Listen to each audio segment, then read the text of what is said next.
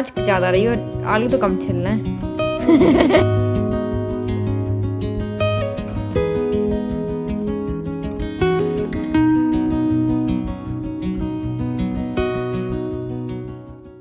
Hello guys, good morning, Radhe Radhe. बड़ों को इटावा की बहू का नमस्कार, छोटों को खूब सारा प्यार। तो स्वागत है एक बार फिर से आपका अपने चैनल इटावा की बहू में। आप लोग कैसे हैं? हम लोग बहुत बढ़िया हैं और एक नए दिन के साथ एक नए ब्लॉग की शुरुआत करते हैं। और आज का ब्लॉग हो रहा है सुबह सुबह से शुरू।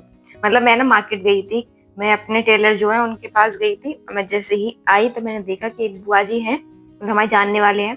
वो पहले ना यहीं पे इटावा में रहते थे, फिर उनकी शादी तो हो गई है अब कच्छ, मतलब जो जेठालाल का गाँव है सच उसके पास में रहती हैं वो।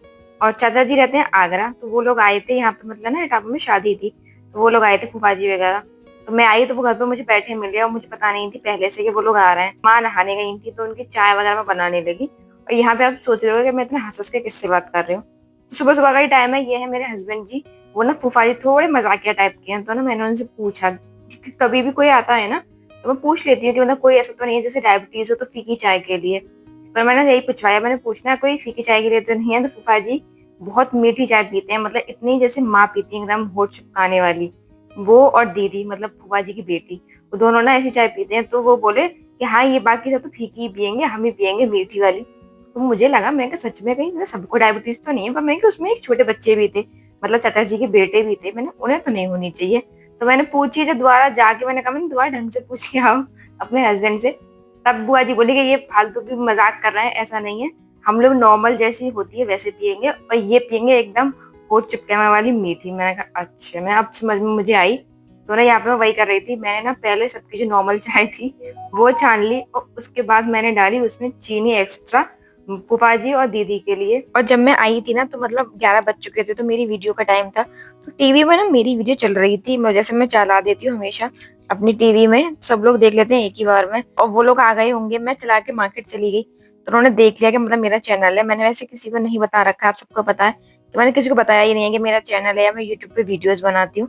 तो जब मैं आई ना तब तक वीडियोस तो बंद हो गई थी, मतलब वीडियो तो बंद कर दी थी डैडी ने। लेकिन मैं आई तो बोलना खुद ही मतलब बुआ जी और दीदी कहने लगी कि आप वीडियोस बनाती हो। तो मैं सोचने लगी मैं तो बताया नहीं है, मैंने शायद हो सकता है डैडी ने बता दिया हो। फिर मैंने पीछे मुड़ के देखा, टीवी पे ना मेरा होम पेज मतलब चला हुआ था। तो मुझे लगा मैंने अच्छा इन्होंने ना इसमें देख लिया है।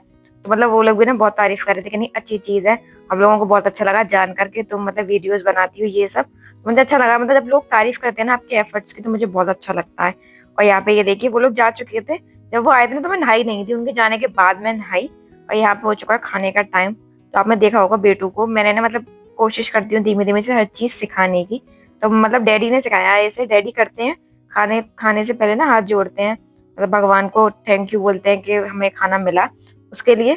तो ये ना इसने देख लिया है दादू को करते हुए, तो वही हम अब इसे सिखा रहे हैं। तो ना खुद तो करती करती मुझसे भी करी आप भी करो। तो मैंने कहा मैं तो अभी खा ही नहीं रही ना, जब मैं खाऊंगी तब मैं कर दूंगी। तो बोली नहीं नहीं अभी करो मेरे साथ ही, क्योंकि मतलब उसके साथ ना मैं एक टुकड़ा खा लेती हूँ। वो कहती है कि मतलब आप मेरे साथ खाओ, तो एक टुकड़ा मैं खा लेती हूँ ना। तो इसलिए कह रही है कि मतलब आप भी खाओगी तो आप भी पहले हाथ जोड़ो तभी आपको खाना मिलेगा। तो मैंने कहा चलो कोई बात नहीं मैडम, आप जैसा कहती हैं, आप ये कहते हैं ना बात सारा आंखों पे है। और आज ना पूरे दिन कुछ शूट नहीं हुआ था, मतलब सुबह सुबह मैं मार्केट चली गई थी, उसके बाद जब बुआ जी वगैरह आए थे सिर्फ वो चाय वाला पार्ट शूट किया, उसके बाद कुछ शूट नहीं हुआ। मतलब आज तुम्हारा काम भी बहुत लेट हो गया था। तो ना फिर मैंने सीधे ये शाम का था, बेटू को खाना खिला के सीधे ये लाइव वगैरह कर चुकी हूँ मैं। उसके बाद रात का ये बल्कि 8:30 पौने 9 बजे का टाइम है ये। तो ना डैडी सब्जी लाए थे, मतलब मार्केट गए थे तो थोड़ा बहुत सामान था और सब्जी थी, तो वो ना मैं ला के पलट रही थी। और मैंने शायद आपको बता दिया है, और अगर नहीं बताया तो मैं बता दूं, भाई ये बॉक्सेस है ना ये बहुत सक्सेसफुल है, मतलब बहुत ही अच्छे हैं। आपको याद होगा जब ये फर्स्ट टाइम मैंने इसमें सब्जी रखी थी तो सबसे पहले मैंने इसमें रखी थी मेथी। तो भाई पता है मतलब वैसे अगर आप मेथी रखो पॉलिथीन में खुली भी रखो ना फ्रिज में, तो भी मैक्स टू मैक्स 1 या 1.5 दिन या 2 दिन, मान लो आप 2 दिन चलती है। लेकिन वो मेथी ना माँ ने पूरे 1 हफ्ते बाद बनाई थी। और जब मतलब इसका डिब्बा खोला था ना, ये बॉक्सेस खोले थे, तो ऐसे लग रही थी जैसे डैडी अभी ले गए, मतलब बिल्कुल फ्रेश। पता ही नहीं चल रहा था कि वो इतने दिन पुरानी है। मतलब कहते हैं ना डिब्बे बहुत ज्यादा सक्सेसफुल है, मुझे तो बहुत अच्छे लगे। और माँ को और डैडी को भी ये बहुत अच्छे लगे, मतलब वो कह भी रहे थे अब ना डांटनी पड़ेगी, क्योंकि डैडी की ना आदत है, मतलब डैडी जब भी बाजार जाते हैं तो हरी सब्जियां कुछ एक्स्ट्रा ले आते हैं, मतलब एक साथ। जो ऐसी सब्जियां होती है ना कि जल्दी जल्दी खराब हो जाती हैं, जैसे पालक, मेथी, बथुआ। जैसे अब आज ही रेडी में सामान रख रही हूँ, आपको इसमें दिखेगा पालक में रख चुकी हूँ, इसमें मेथी भी है, बथुआ भी है। तो ऐसी चीजें ना डैडी ज्यादा ले आते हैं। तो माना उनसे हमेशा कहते हैं कि आप एक साथ सारी चीजें ले आते हो और फिर एक एक दिन के गैप से भी बनाओ तो ना वो खराब हो जाती हैं। तो अब डैडी कह रहे थे आप सकेंगे डिब्बों से, ये फायदा है कि हम एक संग ले भी आएंगे ना तो खराब नहीं होंगी, तो फिर एक एक करके बनती रहेंगी। तो अगर किसी को लेने हो ना ये डिब्बे तो आप मतलब ले सकते हो, मेरे हिसाब से तो ये बहुत अच्छे हैं। और अब देखिएगा पीछे एक आपको बंदर दिखेगा, ये ना ऐसे कूदती है, मतलब इसे ना कुर्सी पे चढ़ना, टेबल पे चढ़ना ये इतनी अच्छी लगने लगी है, मतलब यहाँ से कूद जाएगी, ऊपर से कूद जाएगी। अब पता है इसने क्या करना सीखा है कि इस टेबल के पास ना गद्दे को बिछा लेती है और इस टेबल पे चढ़ के और उस पे गद्दे पे कूदती है। तो बताना अब कभी तो गद्दे पे आ जाती है, कभी कभी गद्दे से नीचे भी पहुंच जाती है, तो फिर सिर में लग जाती है, फिर ये रोती है कि हमारी लग गई। और वैसे मना करो कि बेटू ऐसे नहीं करते हैं, बताओ कूदा मत करो, पता है कह देती है मम्मा मैं बड़ा हो गया हूँ, अब मैं बच्चा नहीं हूँ, अब मैं छोटा बच्चा नहीं हूँ। तो अब बताओ ये छोटा बच्चा भी नहीं है और बड़ा भी नहीं है, अब समझ में नहीं आता ये क्या है। तो गाइस कल ना मैंने एक ब्लॉग डाला था, उसमें मैंने बोला था मतलब डैडी के लिए कि डैडी मतलब बहुत हेल्प करते हैं माँ की और ये सब। तो उसमें ना हमारी बुआ जी का एक कमेंट आया है कि हाँ मेरे भैया बहुत अच्छे हैं और मतलब हेल्प करते हैं और वैसे ही मेरा भतीजा है। तो बुआ जी मैं डैडी की बात आपसे बिल्कुल एग्री करूंगी, ये बात तो ठीक है कि डैडी बहुत हेल्प करते हैं और डैडी को मतलब सारा काम आता भी है। ऐसा नहीं है कि किसी काम की कहो ना कि डैडी ये बना दो या ये कर दो, डैडी ये नहीं कहेंगे कि ना आता नहीं है, मतलब सब चीजें ना आती है। ये बात बिल्कुल ठीक है, लेकिन आपके भतीजे वाले पार्ट से मैं एग्री नहीं करूंगी। मतलब वो अच्छे हैं ये बात मैं मानूंगी, मेरी हेल्प भी करते हैं ये भी कहूंगी, लेकिन खाने में तो वो मेरी तरह ही निलवटा सन्नाटा है। मतलब मैं तो अभी ना बना लेती हूँ, मुझे मेरा क्या है कि मैं अपने मायके में सादा खाना खाती थी, मतलब ज्यादा ना मिर्च मसाले वगैरह नहीं खाते हैं, तो वैसा बना लेती हूँ, यहाँ के हिसाब से नहीं बना पाती लेकिन वैसे तो बना लेती हूँ। तो भाई पतिदेव पे तो मेरे पे सिर्फ एक आती है मैगी अच्छी, वो बहुत अच्छी बनाते हैं, उस बात की मैं कहूंगी, और एक आती है तहरी, वो भी बहुत अच्छी बनाते हैं। उसके बाद उसके अलावा तो बुआ जी उनको कुछ नहीं आता खाने में। तो मैं सोच रही हूँ कि अपना मैं डैडी से कहूंगी कि डैडी अपने बेटे को भी ना थोड़ा थोड़ा खाना बनाना सिखाइए। कभी कभी होता है ना जरूरत पड़ जाती है भाई, ऐसा थोड़ी है कि कभी भी जरूरत समय बता के नहीं आती कि भाई हमें जरूरत पड़ने वाली है, तो कभी कभी होता है कि जरूरत पड़ जाती है। तो मैं सोच रही हूँ कि डैडी से कहूँ कि डैडी अपने बेटे को भी खाना बनाना सिखाइए अपनी तरह एकदम स्वादिष्ट। अब शुरू हुआ मेरा फेवरेट काम, मतलब फेवरेट नहीं अनफेवरेट हो चुका भैया। पहले मुझे ये निकालना इतना अच्छा लगता था, लेकिन अब पता नहीं क्यों इतना परेशान करता है कि मुझे मजा नहीं आता ये काम करने में, और आज भी यही हुआ। मैंने इसे निकालने की कोशिश की, पता नहीं क्या हो गया है, ये ना कभी तो अच्छे से निकल जाता है, कभी मुझे इतना परेशान कर देता है कि मतलब निकला ही नहीं।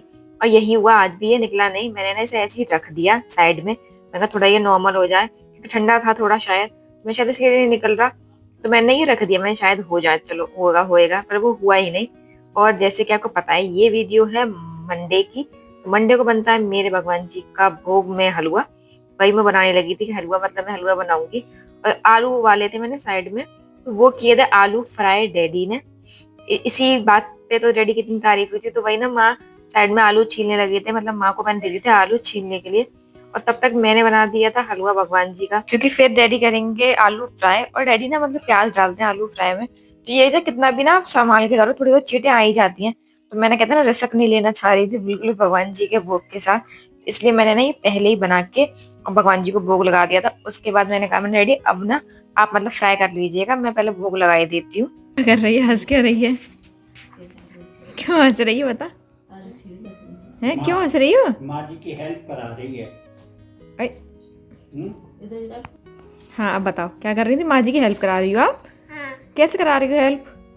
ये तो आलू छील रही, आलू तो कम छिले, तो ये लटर निकल रही है साइड से, फैशने वाला अम्मा जी, और ऊपर से तुम नाच ज्यादा रही हो, आलू तो कम छिलना है। ऐसे कौन छीलता है आलू? लड्डू ऐसे कौन छीलता है आलू? आलू अब नहीं छीलो, बस हो गया, थैंक यू सो मच बेटू। अरे अरे अरे आँख देखा, आँख कैसे कर रही, आइज कैसे कर रही थी, जरा दोबारा करके दिखाना है, ऊपर देखो ना, ऊपर कैसे कर रही थी। बंदर सी, बंदर क्या?